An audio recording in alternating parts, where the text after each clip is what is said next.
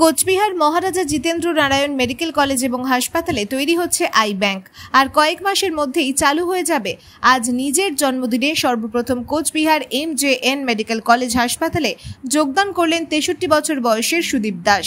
এতদিন বিভিন্ন স্বেচ্ছাসেবী সংগঠনের মাধ্যমে দেহদান এবং যোগদানের কর্মসূচি হচ্ছিল। এই প্রথম সরাসরি মেডিকেল কলেজ মরণোত্তর দেহদান এবং যোগদান কর্মসূচি করল। প্রিন্সিপালের সামনেই সুদীপবাবু নিজের যোগদান করেন।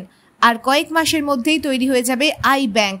এখান থেকে একদিকে যেমন দান করা চোখ সংরক্ষিত রাখা সম্ভব হবে, তেমনি এখান থেকে প্রয়োজনীয় ব্যক্তিকে চোখ দেওয়া হবে, তাও সম্ভব হবে। এই বিষয়ে একটি কর্মসূচি আয়োজিত হয় কোচবিহার MJN মেডিকেল কলেজ এবং হাসপাতালের প্রশাসনিক ভবনে। কি বলছেন কর্তৃপক্ষ এবং কি বলছেন দাতা, আমরা শুনে নেব। Bureau report, Lokpaksha digital. এবং আমার একমাত্র কন্যা, সে এয়ার ইন্ডিয়ার এয়ার হোস্টেস। ও এই ব্যাপারে আমাকে ফার্স্ট টাইম ইনস্টিগেট করে আর কি, এবং ও নিজেও ওর বডিটা ডোনেট করেছে।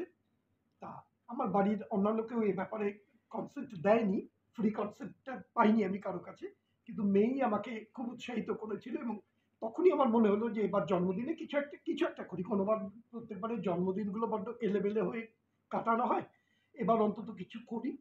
সেই উদ্দেশ্যেই আমি আমার এক ডাক্তার বন্ধু আছে, আই স্পেশালিস্ট মাথাভাঙার, কৃষ্ণেন্দু রায়, আমি ওর সঙ্গে যোগাযোগ করি এবং ও আমাকে CMOH সাহেবের নাম্বারটা দেয় এবং ওখান থেকে আমি প্রিন্সিপাল স্যারের নাম্বারটা পাই, ওনার সঙ্গে কন্ট্যাক্ট করি। উনি আমাকে ভীষণ উৎসাহিত করেন এবং সেই উদ্দেশ্যেই আসা এবং ছোট্ট একটা কাজ করা। মানে সাধারণ মানুষের জন্য কি বার্তা দিবেন, তারা কিভাবে এগিয়ে আসবে? হ্যাঁ, অবশ্যই সাধারণ মানুষকে বলবো যে শুধুমুধু একটা বডিকে পুড়িয়ে ফেলে তো লাভ নেই। যদি তারা ব্যাপারটাতে এগিয়ে আসে তাহলে 5 জন অন্তত উপকৃত হয়, এটা আমার মনে হয়েছে এবং এটাই আমার বক্তব্য।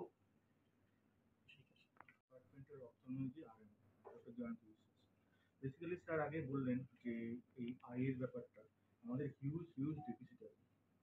আর ব্যাংকের যে কাজ, টাকা জমা নেওয়া, টাকা দেওয়া, সুদ দেওয়া, ঠিক আই ব্যাংকেরই ওরকম একটি কাজ। কর্নিয়া, যেগুলো হচ্ছে ফ্রেশ কর্নিয়া, যেগুলো ইউজেবল কর্নিয়া, সেগুলো নেওয়া, সেগুলো প্রিজার্ভ করা, সেগুলো যাদের দরকার, প্রিভেন্টেবল ব্লাইন্ডনেস, তাদেরকে দেওয়া। 2 নাম্বার পারপাস যদি রিসার্চ করে, রিসার্চ পারপাসে সেটাকে দেওয়া। কিন্তু দেখা যায় আমাদের ডোনেশনের যে হার, এটা খুবই কম, রেসিপিয়েন্ট বেশি, ডোনেশনের হারটা কম। এটা বিভিন্ন সামাজিক প্রতিবন্ধকতা বা অনেক রকম কুসংস্কারের জন্যই এই জিনিসটা আমরা এগোতে পারিনি। আমি প্রথমে ধন্যবাদ দিতে চাই সুদীপবাবুকে যে উনি এরকম একটা সিচুয়েশনের মধ্য দিয়েও এগিয়ে এসছেন এবং সমাজের উদ্দেশ্যে একটা ভালো বার্তা দিয়েছেন। ঠিক আছে, যেই জন্য আমি ওনাকে প্রথমে কনগ্রাচুলেশন জানাচ্ছি। আর আই ব্যাংকিং যে ব্যাপারটা, আমাদের MJN হসপিটালে আমরা সব দিক দিয়ে প্রিপেয়ার। আমাদের টিচিং ব্যাপারটা বা যে আই ব্যাংকিং এর যে ইউটিলাইজেশনটা হবে, কোথায় কি কর্নিয়াটা রাখা হবে, সবই আমরা প্রস্তুত। কিন্তু ব্যাপারটা হচ্ছে আমাদের মানে প্রপার ডোনেশন যে পার্সন, সেটা আমরা চাই। কারণ কি, যদি আমি আই কর্নিয়া যদি নাই পাই, তাহলে সেটাকে আমি ইউটিলাইজ করতে পারবো না।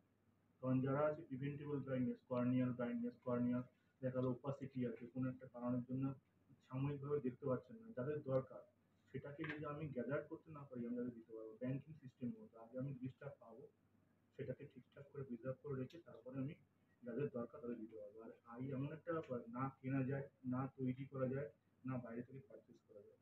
এটা একজন দেবে, আরেকজনকে দিতে হবে, এছাড়া আমাদের কোনো রাস্তা নেই। আমরা MJN medical college principal sir বা আমাদের হায়ার অথরিটি সবসময় সাহায্য করছেন যন্ত্রপাতি সব দিক দিয়ে। কিন্তু এই ডোনেশনের ব্যাপারটা বা সচেতনতা যদি আরেকটু বাড়ে, তাহলে আমাদের পক্ষে কাজ করতে হবে। একটা বিষয় যেটা সবাই জানা হয়তো দরকার আছে,